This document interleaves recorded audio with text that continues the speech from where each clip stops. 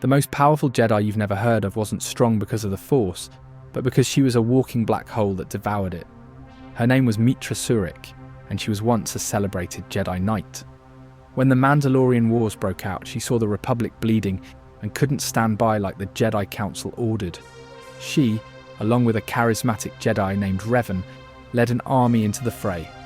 Surik was a brilliant general, one of Revan's most trusted allies, and she led her troops with compassion and skill. But war demands terrible choices. In the final cataclysmic battle above the planet Malachor V, with her forces on the brink of annihilation, she gave the order. She activated the mass shadow generator, a superweapon of unimaginable power. It worked.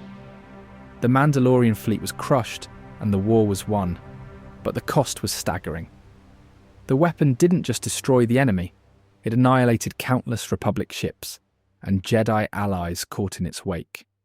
The sheer, concentrated wave of death was so immense, it created a wound in the Force itself. And at the centre of that wound was Meetra.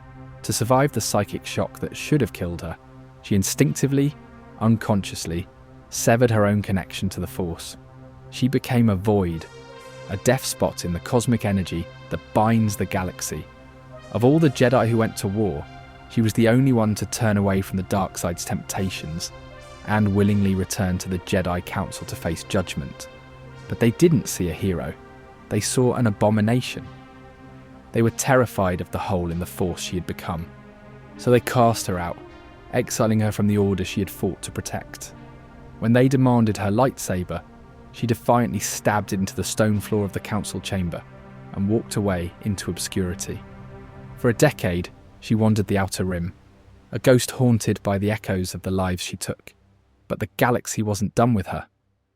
A former Jedi Master named Atris, bitter and fallen, orchestrated a plan to lure the hidden Sith out of the shadows by leaking news of the Exile's return.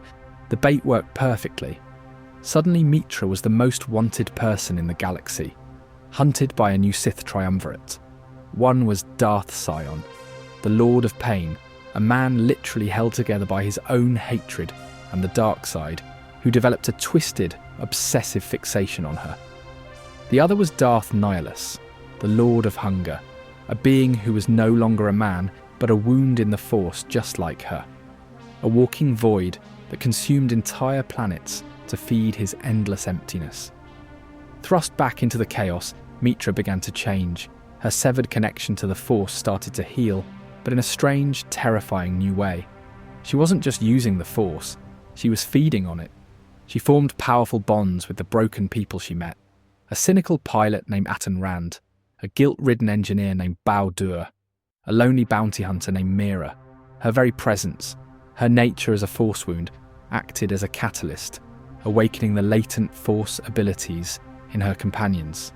She was a natural leader, and without even trying, she began to build the foundations of a new Jedi Order from the ashes of the old.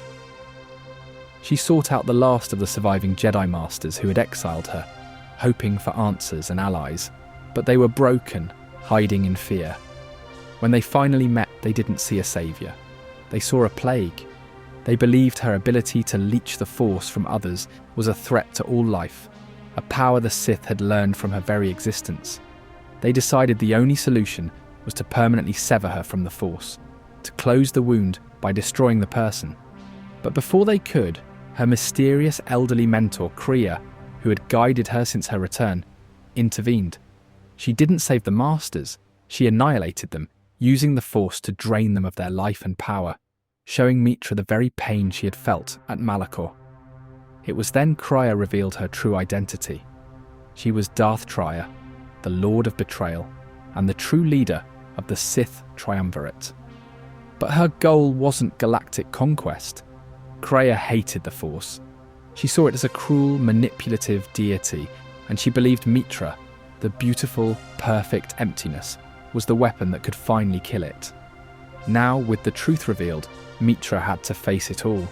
She confronted Darth Nihilus, and with the help of her companion Visas Mar, starved the Lord of Hunger until his essence dissolved into nothing.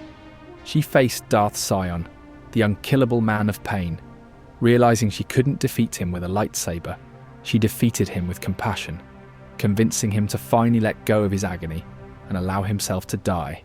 Finally, she confronted Kreia in the dark heart of Malachor V.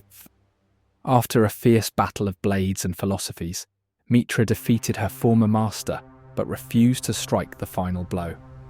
In her last moments, Kreia foretold the future and gave Meetra one last gift, the knowledge that Revan was still alive, fighting a secret war against a true Sith Empire in the unknown regions. Leaving her newly formed Jedi Order to rebuild the galaxy, Meetra took the Ebon Hawk and flew into the unknown to find her old friend. She found him, freed him from an Imperial prison, and together with a Sith Lord named Scourge, they launched a desperate assault on the Sith Emperor himself. During the battle, Scourge had a vision. He saw that neither Revan nor Meetra would be the one to defeat the Emperor. That destiny belonged to another Jedi, centuries in the future. To preserve that timeline, Scourge made a choice. He took advantage of Meetra's trust, and in the middle of the throne room, he stabbed her in the back, killing her instantly. But her story doesn't end in death. Her spirit refused to become one with the Force. For the next 300 years, she remained as a ghost, tethered to the captured Revan, shielding his mind from the Emperor's endless torture, keeping his hope alive. She was a general, an exile, a wound, a leader, a saviour, a martyr, and a ghostly guardian. She is the ultimate unsung hero, the woman whose sacrifice saved the galaxy, even if history never remembered her name.